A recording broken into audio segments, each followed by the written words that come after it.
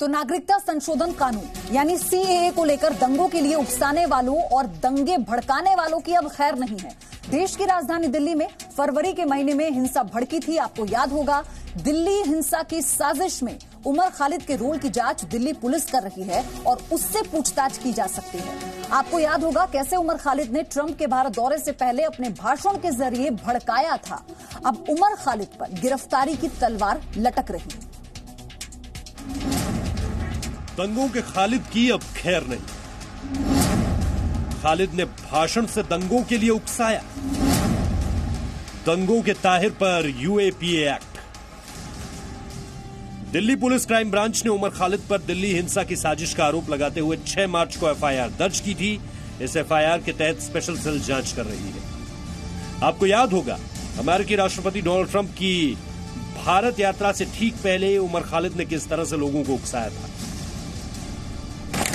हम वादा करते हैं 24 तारीख को जब डोनाल्ड ट्रंप हिंदुस्तान आएंगे तो हम ये बताएंगे कि हिंदुस्तान के प्रधानमंत्री और हिंदुस्तान की सरकार हिंदुस्तान को बांटने का काम कर रही है, महात्मा गांधी के उसूलों की धज्जियां उड़ा रही है और ये बताएंगे कि हिंदुस्तान की आवाम हिंदुस्तान के हुक्मरानों के खिलाफ लड़ रही है। अगर हिंदुस्तान के हुक्मरान देश को बांटना चाहते हैं तो हिंदुस्तान की आवाम देश को जोड़ने के लिए तैयार है। हम तमाम लोग सड़कों पर निकल कर आएंगे। आप लोग निकल कर आएंगे। जेएनयू के पूर्व छात्र उमर खालिद पर दिल्ली में दंगे की साजिश का आरोप। 23, 24, 25 फरवरी को नॉर्थ ईस्ट दिल्ली में दंगे का आरोप। भीड़ में भड़काऊ भाषण देने का आरोप।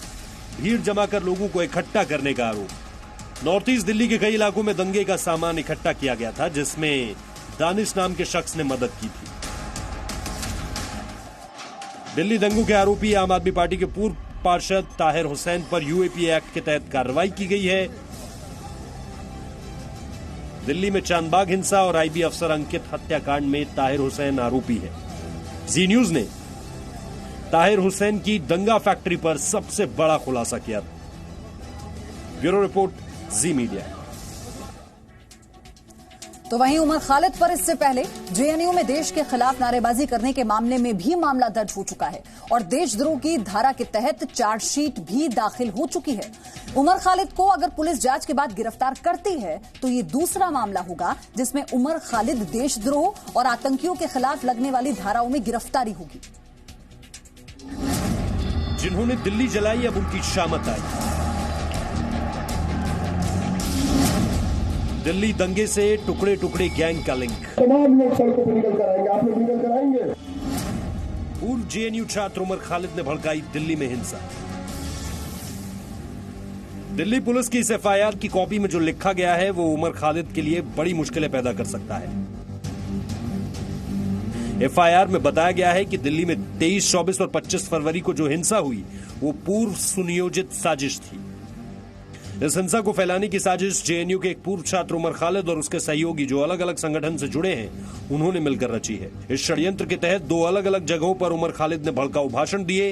अमेरिका के राष्ट्रपति डोनाल्ड ट्रंप की भारत यात्रा के दौरान लोगों को सड़कों पर अवरुद्ध करने की अपील की थी, जिससे इंटरनेशनल लेवल पर यह प्रोपेगेंडा फैलाया जा सके कि हिंदुस्तान में अल्पसंख्यकों के साथ अत्याचार हो रहा है।